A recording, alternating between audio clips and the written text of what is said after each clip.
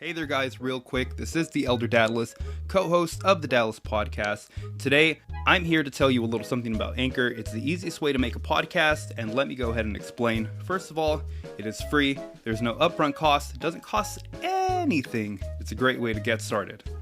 There are creation tools that allow you to record and edit your podcast right from your phone or your computer. Literally, if you're on the go, if you're at school, if you are hiding in the restroom while you're at work, if you're stalking your ex-girlfriend, you can literally make a podcast from anywhere. Anchor will distribute your podcast for you so it can be heard on Spotify, Apple Podcasts, and many other streaming platforms. Hey, great way to get it out, right? You can make money from your podcast with no minimum listenership. That means that your Uncle Randy, who was twice removed, can help you make a buck. Or creepy Father John, who you chose to stop talking to for many reasons, can even help you make a buck. It's that simple. It's everything you need to make a podcast in one place. Download the free Anchor app or go to anchor.fm to get started. That is anchor.fm. I hope you guys enjoy it. Let's get back to the show. Hey there, how's it going? I am the Elder Dadless here with the Great Communicator. This episode, we are going to be focusing on something that is greatly discussed amongst Redditors and internet sleuths, YouTubers, vloggers of every kind. We will get back to you soon, right after this. That's going to be the break.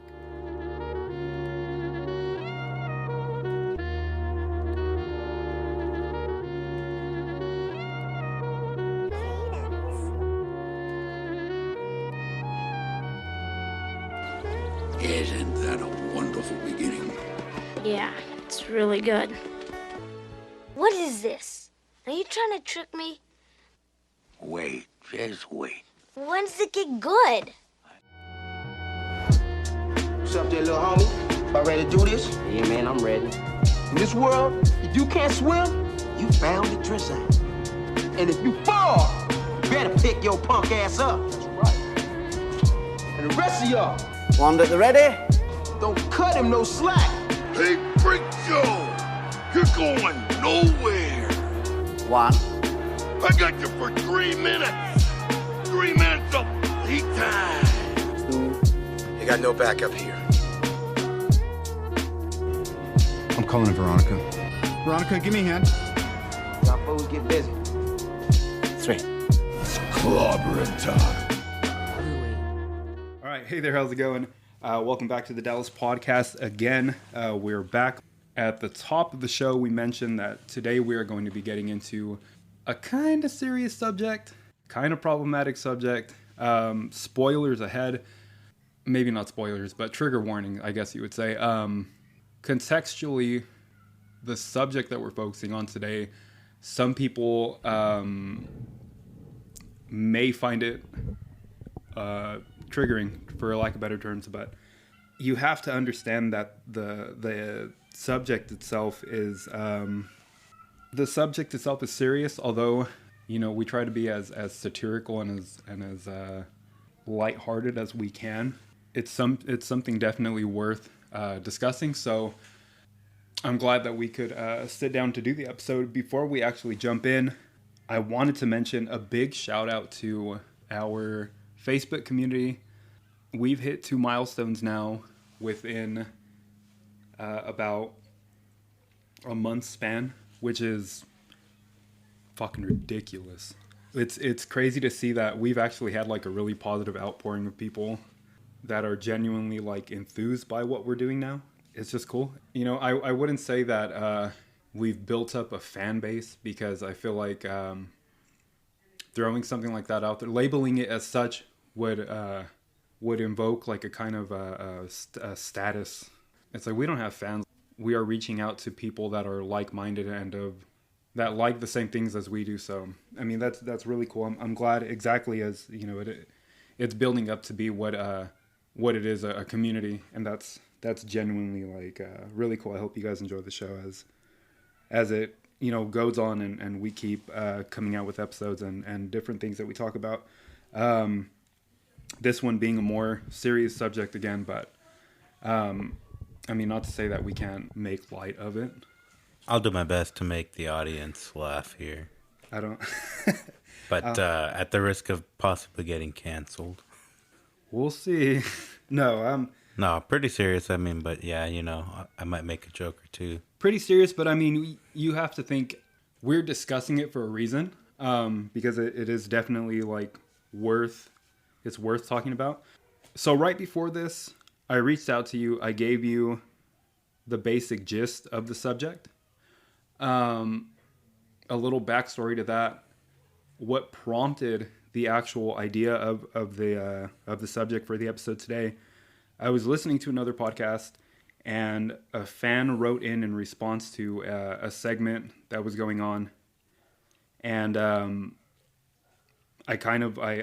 really absorbed the question, and I wanted to ask you the same thing, and then that's how I was going to jump into like what we're talking about. So because it does have to do with like real close to things that we're into. Harry Potter. When you think of Gringotts and the inhabitants of Gringotts and the beings, I will say, that are basically running Gringotts, what do you think of? I think of drawing a blank. I'm a huge fan, and I feel stupid right now, but I'm drawing a blank. Goblins, right? Mm-hmm. Goblins. What's his name?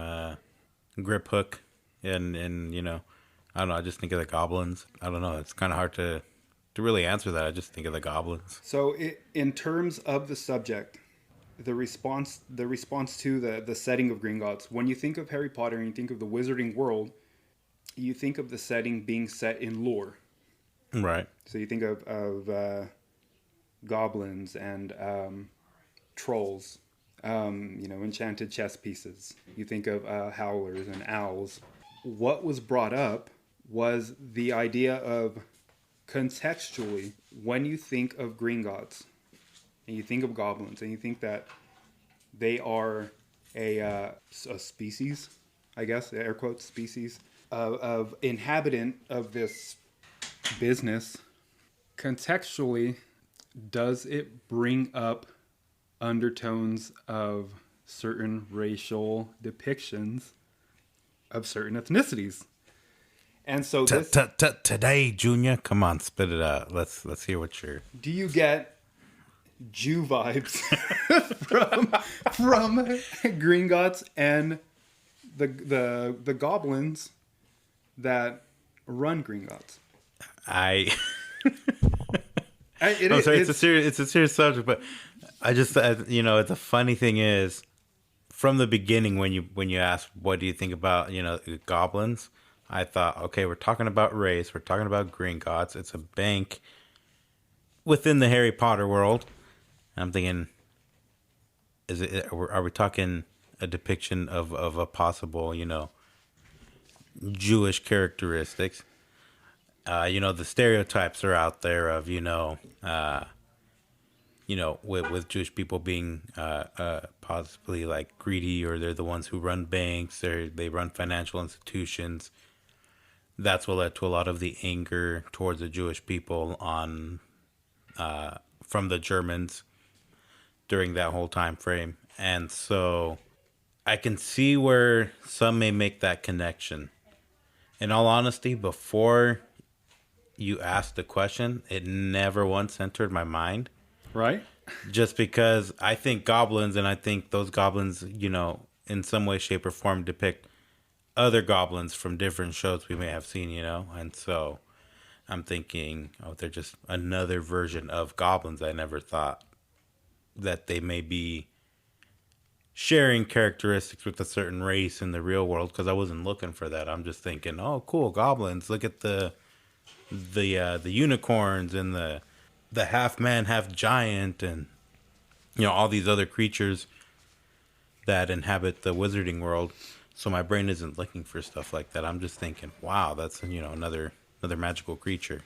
So that being said, again, as a fan, especially of a franchise that's so, I feel like that's so ingrained now in pop culture and within the demographic of adult that we are anyway, being that I think the Harry Potter series itself started in 97, leading up to like early 2010s, like the early 2010s. So I believe the first movie came out in 2000 or 2001, with the first book being published That may in, have been, I want to say, 98. That would have, okay, so the later 90s, I think, would have been the book. Yeah, I think you're correct, I'd say you're correct anyway.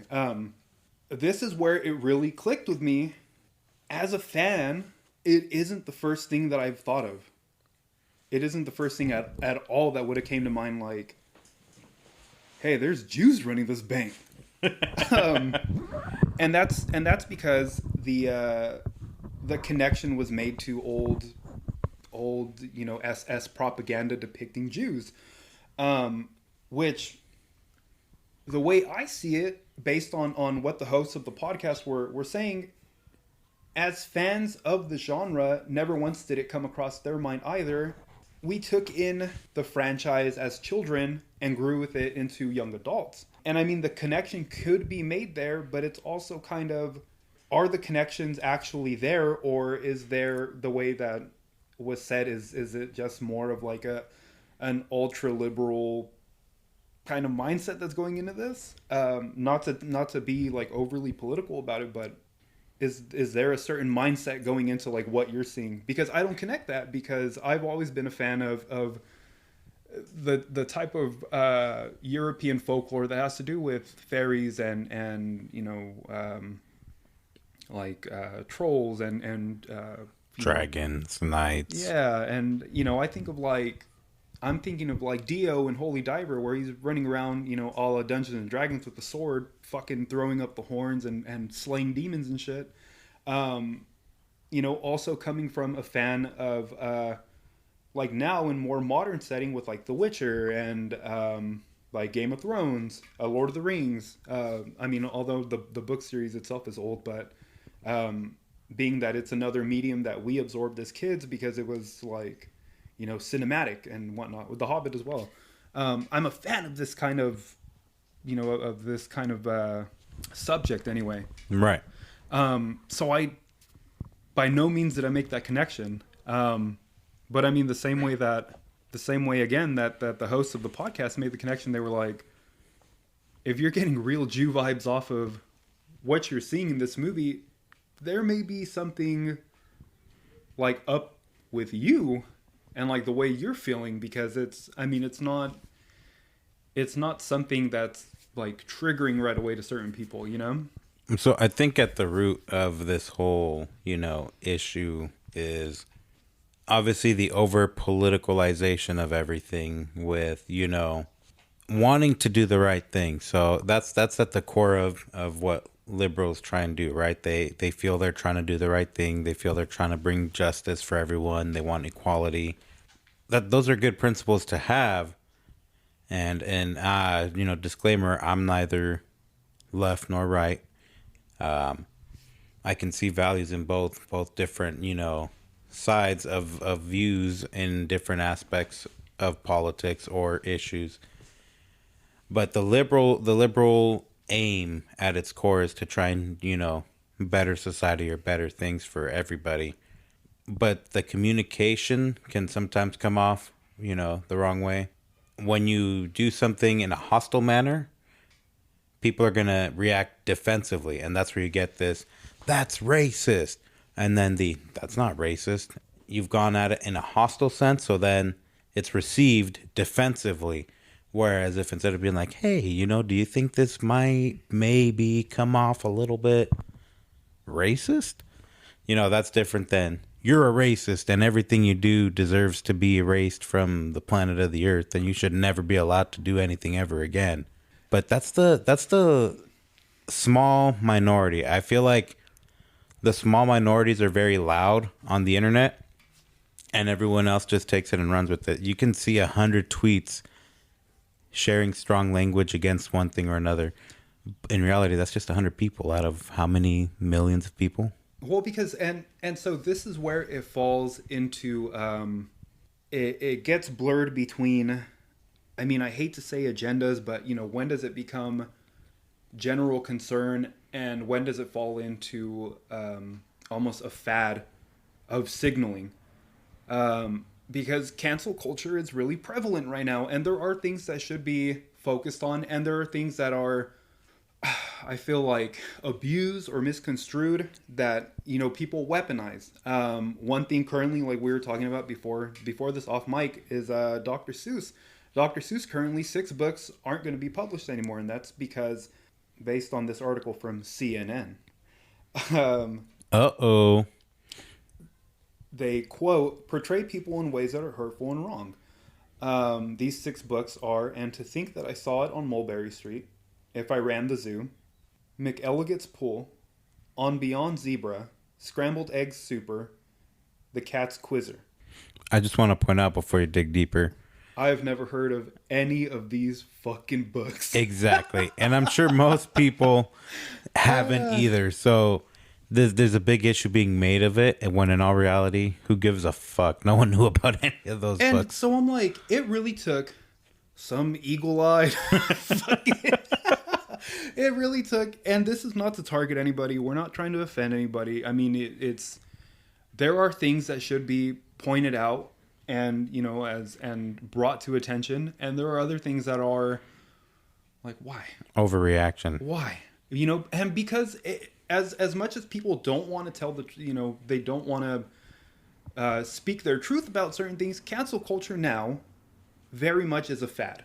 Cancel culture now is something along the lines of like being overtly like visible about like I'm an ally and yeah, we gotta, you know, fuck the patriarchy and white people. It's like this is like a blanket statement for a lot of things that are, you know, it's just something that's blown out of proportion.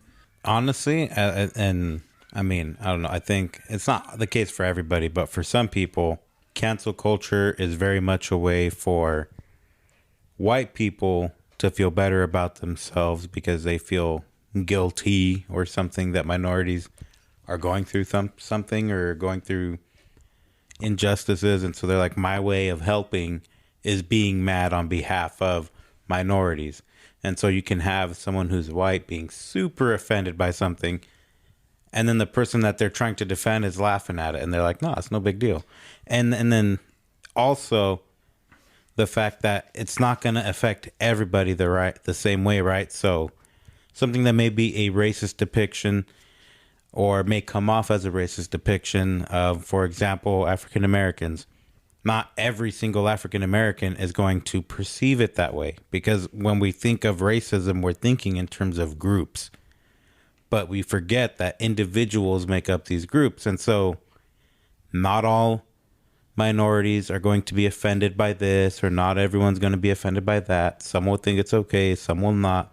And so I think it's important to not forget the individuals, because if you're trying to fight racism, you're trying to say, look at the person and not the race, right? And so I think it's important that we maintain at least some form of individuality and not get so caught up in fighting racism that we then limit our minds and our conversations to groups as a whole. And I mean, it's also like, as much as I hate to say it, because it's a lot of it is like regurgitated through you know, different mediums. It's a sign of the times, bro, because now there are kids who didn't grow up the same way that we did, who kind of like spout a lot of this shit off that are, you know, like, that really are like hashtag you're fucking canceled, buddy. And rest in peace, Jeremy Renner. But it's like, for example, in the time period that I grew up, there was a lot of, I think of the word indoctrination, but there isn't, that's totally the fucking wrong word. A lot of influence when I was a kid in, you know, growing up in the please excuse the background noise, by the way. Sorry about that. We are in a... We're in a garage. Yeah, we're in a garage in someone's house, and so you're going to hear some noise from outside sometimes. Sorry about that. We'll clean that up. But growing up in the time like period that I did, I grew up, you know, I was born in 1990. I grew up, for lack of better terms, in the mid-90s. As much as I am like, oh, fucking 90 kids. Okay, boomer. A lot of what was around for us was it was a lot of like, it was almost like a prime time in hip hop, you know? I grew up with a lot of, you know, the hip hop coming out of the 80s into the 90s with the introduction of backpack and boom bap and like underground rap, and having certain influences, especially through mediums like skateboarding. I keep saying mediums, I don't know why. I just fucking, it's one of the, what do they call those? It's like you hear a term and then you fucking just keep like reusing it in conversation. But I'm not doing That's okay. It works. I'm not doing it on purpose. It Sorry. works. But with certain influences like skateboarding, which was really heavily influenced on me, which I just picked up recently again. I might get hurt. If something happens to you, I will pick up the mantle of the elder dad. Yeah, whoever's next in line, dude. There were there were heavy influences of rock and hip hop at the time, and so, you know, I grew up with kids, and trigger warning, but I'm not trying to offend anybody, but I grew up with a lot of kids being like, My nigga. I can say this with you because we're in this group now, and these are the things that are, this is the way that we're acting with each other. Coming out of high school, into like, I guess my early 20s into like my mid 20s, can't say that shit no more. I can't, you know? I still have people that I'm in contact with that will still hit me up and are still like, what's good with you? But it's like, this is something that we've built with each other. This is a relationship that we have, that when they reach out and they, like, I'm not going to say that I don't convey the same kind of like relationship that they're conveying to me in conversation. Because this is just, this is what we're used to, you know? We're back in the day, air quotes. It was allowed because someone like grandfathered you and they're like, I'll vouch for him, he could say it. It's like, we can't anymore though, because you don't know who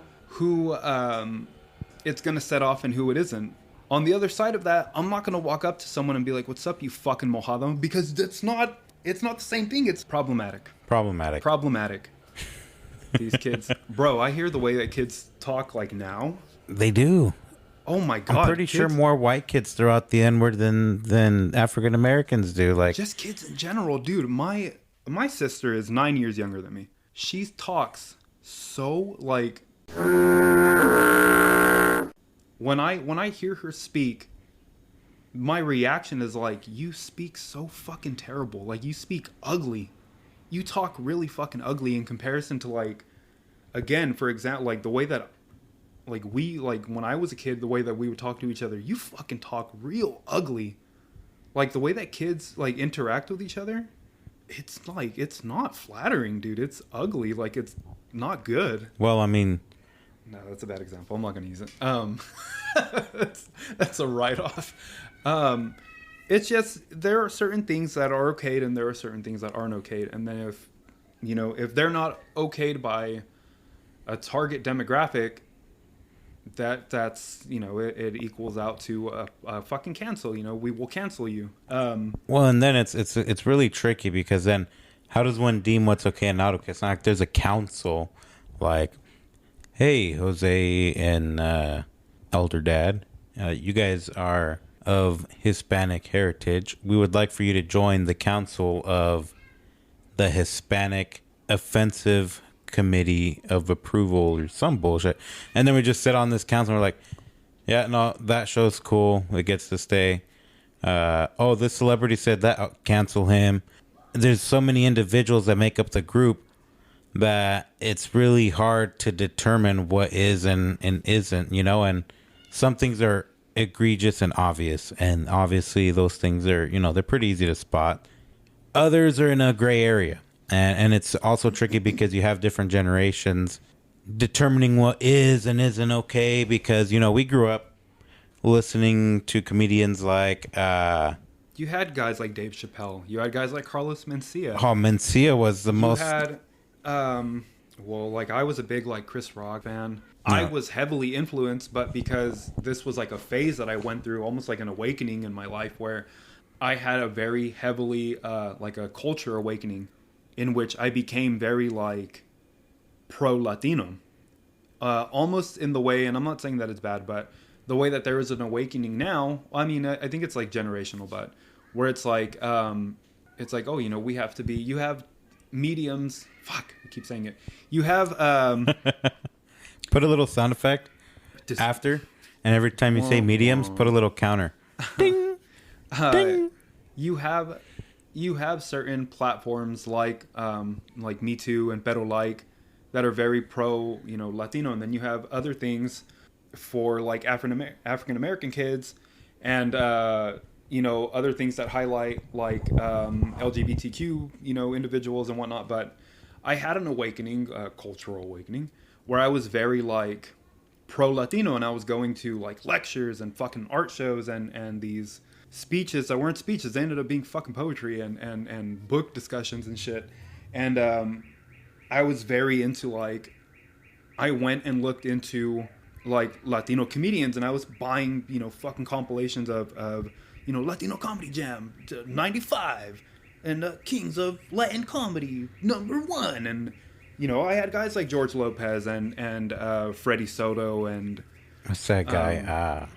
Alex Raimundo. Raimundo, the red Mexican. So funny, dude. Love that guy. So funny.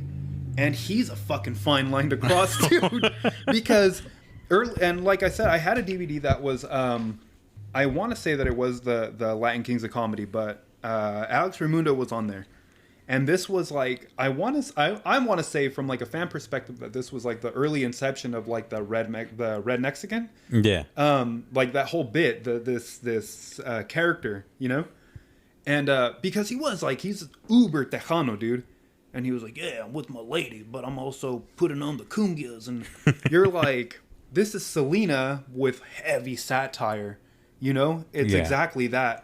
And it was funny, and like I enjoyed it. And then you also had, God damn it, I forget his name, but he was a Latino kid who grew up in L.A., where he like avidly talked about like, yeah, my boy's, my boy Jamal, and then I got my boy, whoever Steven, and he's talking about growing up in like, like stereotypically like East LA or something, and growing up in like this kind of melting pot of different people, but like his influences, And he was like, yeah, man, like I'm Mexican, but I can't speak Spanish. But like, my parents tell me like not to mess around with black people.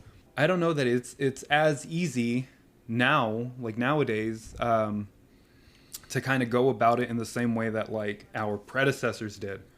Because again, like you said, we, depending on like the age and who is like deeming what's right and what's wrong, I feel like we grew up in a time that kind of desensitized that for us. So we do fall in a gray area. But now it's more of like I guess just the influence, like the cultural influence that it has on younger people, because they don't want to be doing the wrong thing. And they want to like, I don't know, like do what everybody else is doing. So they're like, yeah, like I stand with my boy, Ray from down the street. And think about the profound influence that Twitter has had on everything. Social media in general. I mean, social media is one thing, but Twitter, think about like, one tweet can go across all platforms because people take a picture of it.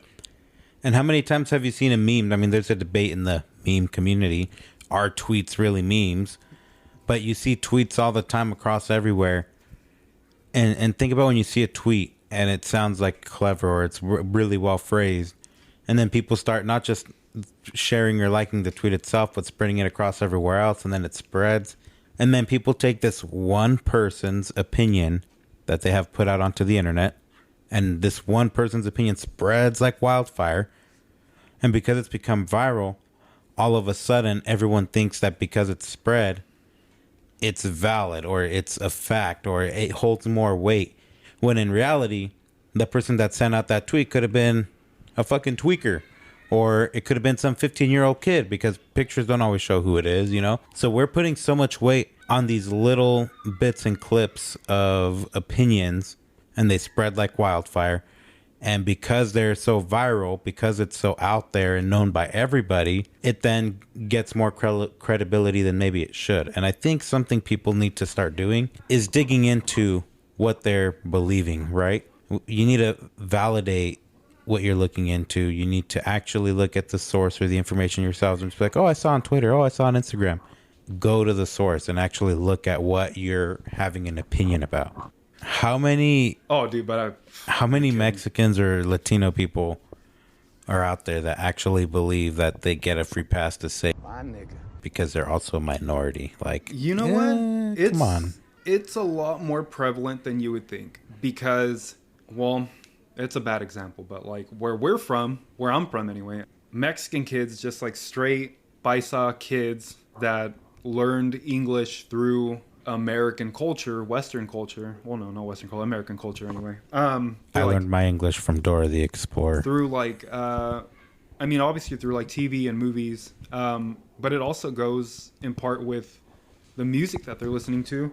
And so you have kids that by no means were ever from the U.S. I know a guy whose mom was from the same town as my mom in Tijuana. And they both came over when they were part of the same group that came over way back when. This fucking kid's the same age as me. And he's like, oh, I'm from the Bay. Like, you were never from the fucking... I remember when you fucking spoke no English. Like, you by no means were ever from the fucking Bay Area. But it's like, nah, I have a pass because of...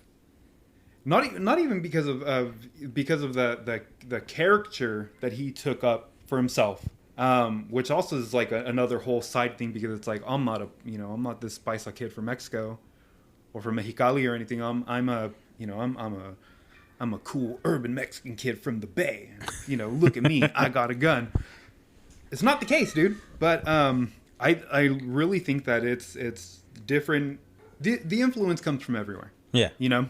But I will segue and say that there are lots of things such as like something heavily produced, I guess you would say, but that's been around for a long time, which is animation. And animation has been used for propaganda and to push certain agendas on people. It's been used forever. It's been manipulated forever because it's. I feel like it's such a malleable subject. Yeah. Art. And this circles back to the whole thing of, you know, whether or not Green Gods depicts, you know, a certain ethnicity based on like propaganda that was from back in the day. We're the worst at staying on track. Nah, it's cool. We're circling back. One of the main focus of the episode today, what we're getting to now, is problematic depictions within animation. Harry Potter being the first one that we opened with, but that was the opening bit. Let's get into the meat of the subject. One of what I showed you, my example, were the crows from Dumbo. This was a big one for me because as I got older, it was overtly fucking racist to me. I was like, y'all seen this or what? I was like, are you serious or? So I did. I got a few examples that we could go over. But I mean, yeah, this was a big one for me. So The Crows from Dumbo. Dumbo premiered in 1942 as like a now classic Disney, you know, animated like a vault fucking classic. Get it on Blu-ray because we're taking it out of the vault. We're gonna put it back. eBay. Dude, it never goes back. You can find it. It's not that hard. So the character of the crows, this group of crows in Dumbo that are depicted as real old fucking timey, like Jim Crow era minstrel depictions of African Americans at the time. And this is the way that they depicted African Americans in this way as like very fucking demeaning, very like ignorant and, you know, otherwise like of lower status, you know? Right. I mean, one of the big examples is like the Sambo style of depiction. So 1942, Jim Crow laws were still prevalent and were prevalent up until 1965 in a lot of southern states anyway, and were very much fucking enforced. And we're talking like there's still segregation going on. There's still a lot of like otherwise strong arming African Americans and being that like you are beneath us as like an ethnicity. Not us Mexicans, but the way that white America saw African Americans. First of all, crow, to begin with, is a racial slur for an African American. I try to make that as lighthearted as I can. because that's shitty. But first of all, crows, depicting a group of African Americans as anthropomorphized animals. The lead crow himself, upon researching, is named Jim Crow, which was later edited out and was given like some other stupid fucking name. But the initial name of the crow was Jim Crow, and was voiced by a white actor by the name of Cliff Edwards, who was a jive talking, man, Dumbo, what you doing, man? You flying like a fool. This is a fucking white guy. This is a white guy. This is like Malibu's Most Wanted. Great movie. Great movie. Great movie. But you're talking about, at a time when white actors would still play these parts of like Mammy and go in blackface and play, would play the character of like, oh, Massa has me outside, and very like problematic. Yeah. And again, it is in comparison to like the animation or the depictions that were being put out as sort of like a lighthearted satirical way to see black people, and this is like what was around at the time. There is a note though where Disney is like, but there are some redeeming qualities.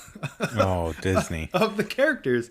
First of all, upon analysis of the group, they are intelligent and decent in character. They by no means are played up as the term that I found, what is deemed the magic Negro, which is a character who was always there to help the white character in focus, that would help them when they needed the help.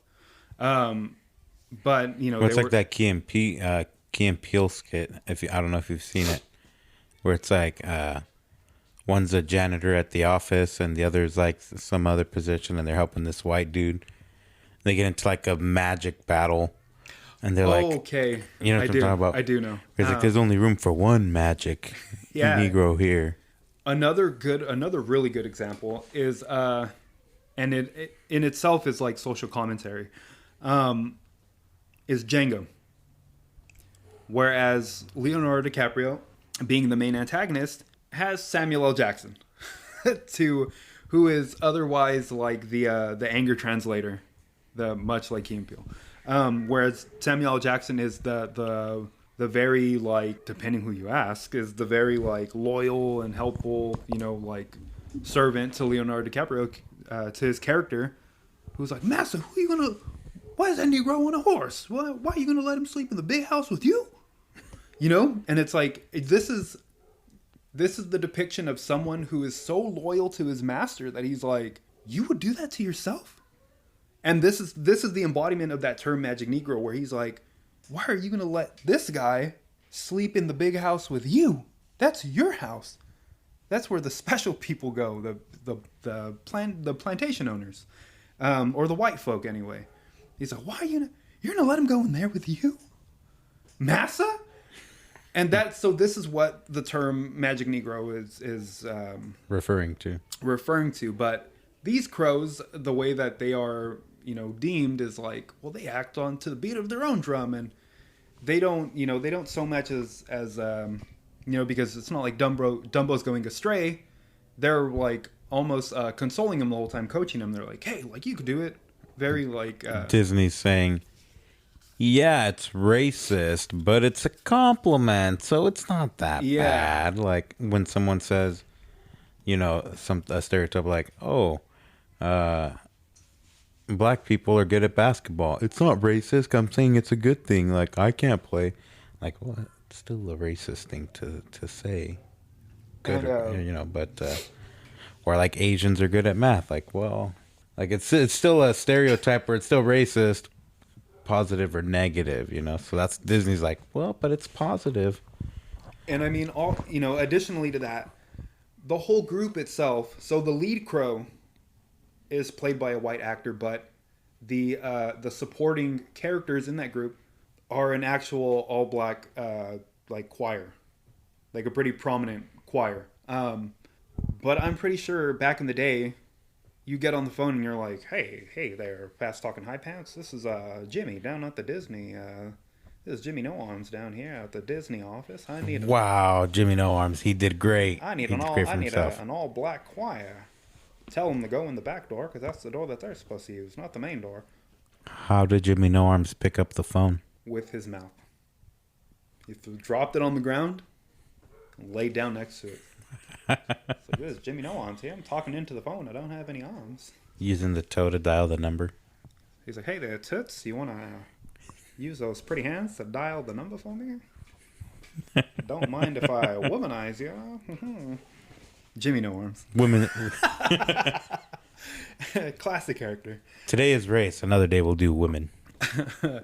Hey, happy National Women's Month. Coming. Not coming. I'm not coming in anybody. I have 2 kids.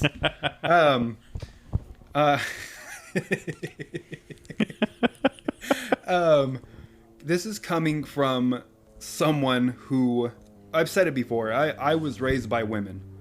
We had the question recently that was asked, and I'm sorry that I didn't reply to you, but for the Dadless Podcast, we were asked, like, why is it called Dadless?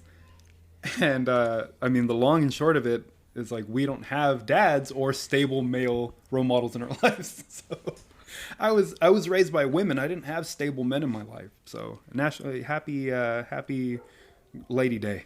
So for all of you, all you ladies, thank you.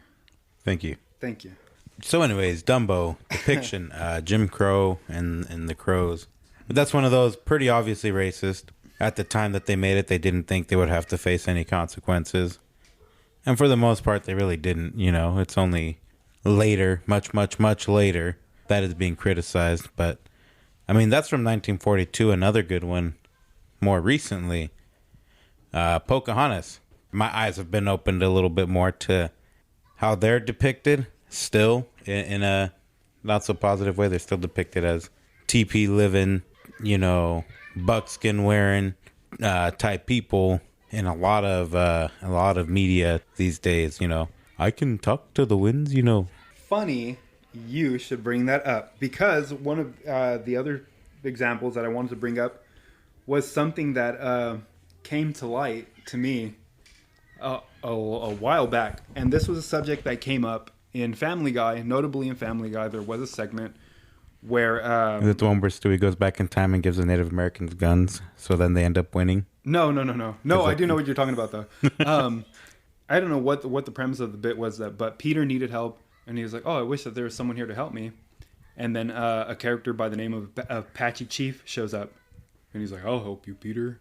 And he says, "Enet Chuck," and he grows real big. And then he helps Peter do whatever the hell he's doing. Is it the one where Peter goes to the casino and he ends up betting and loses the house and the car and everything? I don't know. I don't know what the premise of that. I just remember the bit was like, "Oh, I better ask Apache Chief." There's also the one where he has the skull of the buried. Oh, the poltergeist one. Yeah, the poltergeist. What Petergeist. But what did he call the skull had a name? I forgot what it was. So Apache Chief, racist or easily misconstrued. Apache Chief was a Native American superhero who was a member of the Super Friends who had the ability to grow 50 feet or larger by saying Enet Chuck, which was explained as the Apache word for big man. Don't know if that's fact or not, but I guess that is a statement from Hanna-Barbera when they were, making the animations anyway. A little backstory on Apache Chief.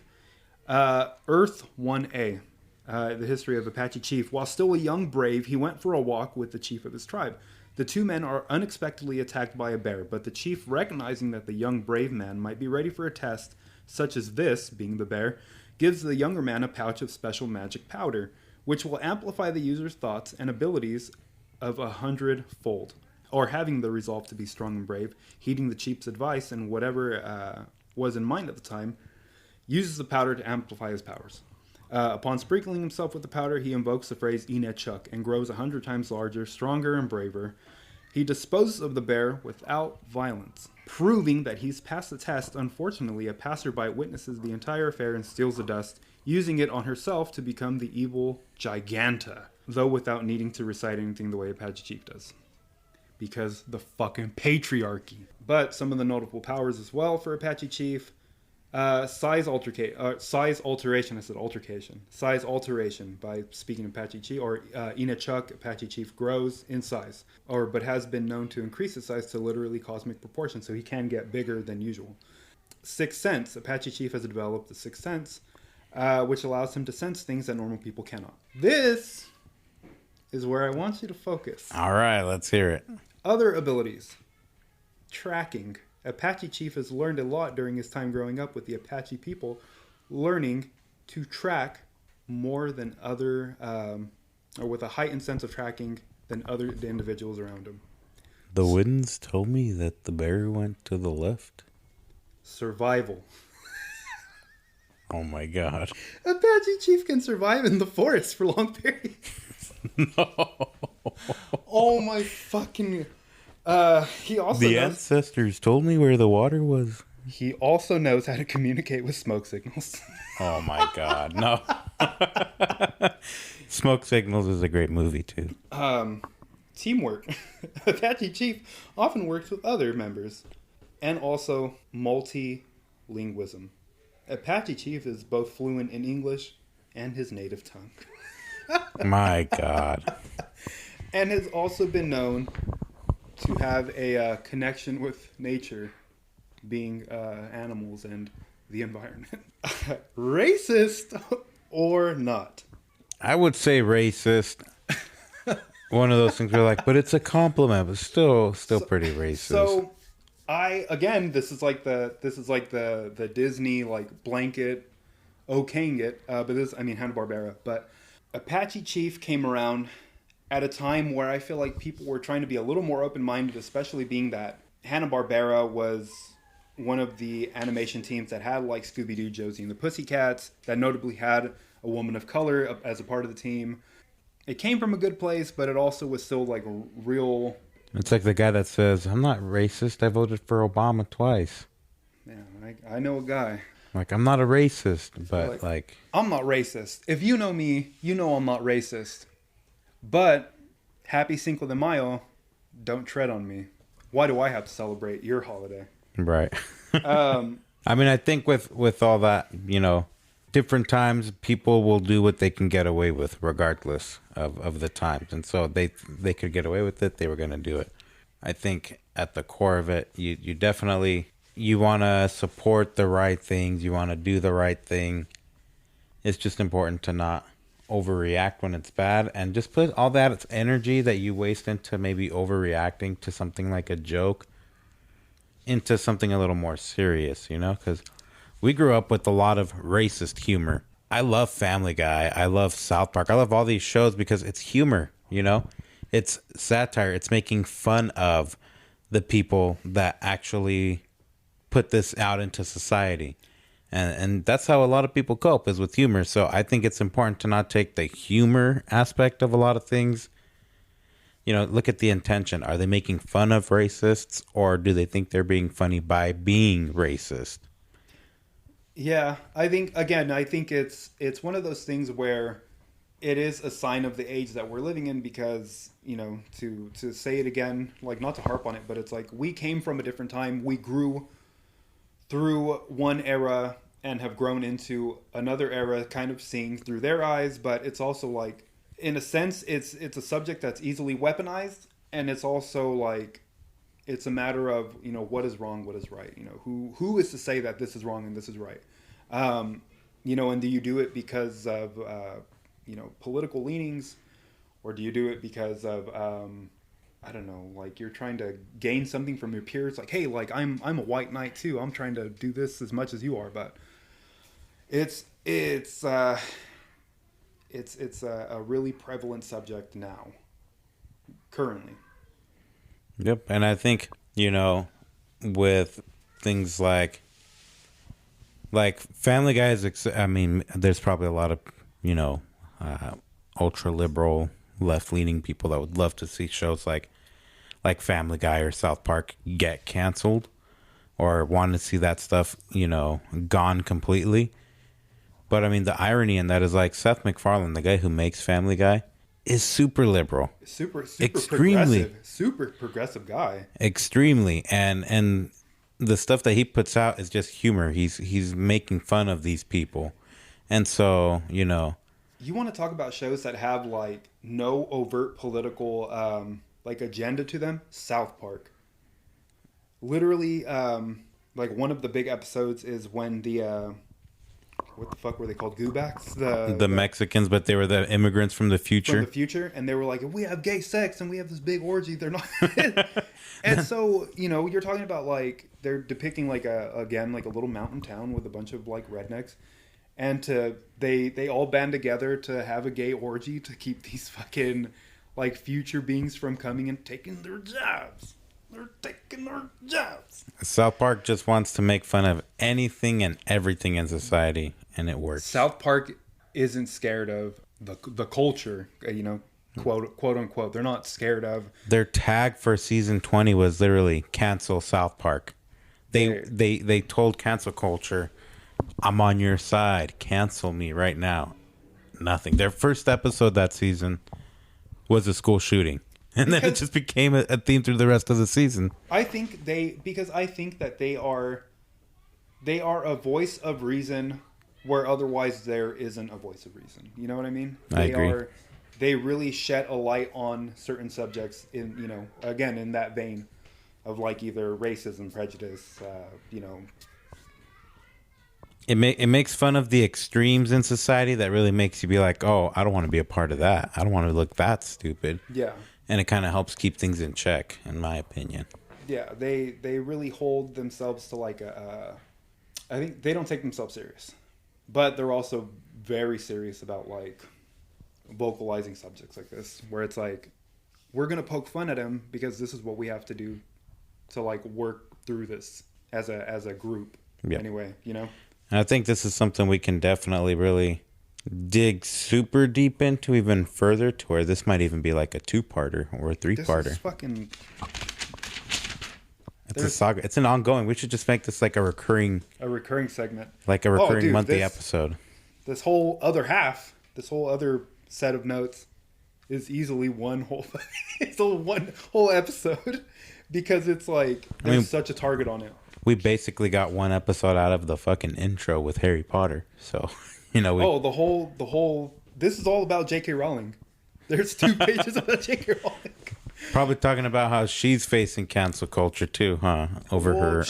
She's under fire because of like either like super liberal leaning, you know, expressions, and why she's not doing things the way that they should be done because fans feel this way, but also like some things are problematic, some things really aren't. It's a matter of where you're seeing it from, like what lens you're seeing it from. Harry Potter, the world that J.K. Rowling has made is fucking problematic, because if you're a fan, you're not a good person, and like I don't know, it's just it's a thing. It's such a clusterfuck, the subject of Harry Potter and J.K. Rowling, where I'm like, I watch a Harry Potter movie like once a week. Right. I love Harry Potter, and I stand with my girl JK. She's made some bad decisions based on like looking through her stuff, looking through her laundry that's being aired out. Cho Chang. That's a mix of 2 Korean last names. All right. It's a thing. I don't know. Yeah, I think this was good. We scratched the surface, but this is something that we can like dive back into. And please hold off canceling us until we at least finish this, so we can get everything out, you know. Thank you for tuning in. I hope you guys enjoy it. Again, thank you to the growing community that we have on online, Facebook. And look for us on the socials. We're out there. Look for us wherever you get your podcasts. Thank you guys for the support, the ongoing support. It's amazing to see like the leaps and bounds that we've made so far. We've hit 2 milestones so far within a month. Fucking super. Yeah, again, thank you guys. The Elder. Great communicator. Thank you guys, and we will see you next time. Who are you, really? My name is Inigo Montoya. You killed my father. Prepare to die. Come for me, Gmork!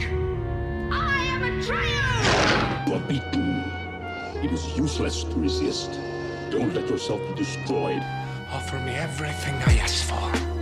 Anything you want. I want my father back, you son of a bitch. I am your father. That's my son! This is my boy! My boy! That's impossible! You're laughing. Someone was killed today because of what you did. I know. How about another joke, Murray? You son of a... Fuck you. None of you seem to understand. I'm not locked in here with you. You're locked in here with me. Still my total war. I understand your pain. Actually, we're all tickled to hear you say that. You shall have your revenge. Iron Man. Good night. And always remember, that's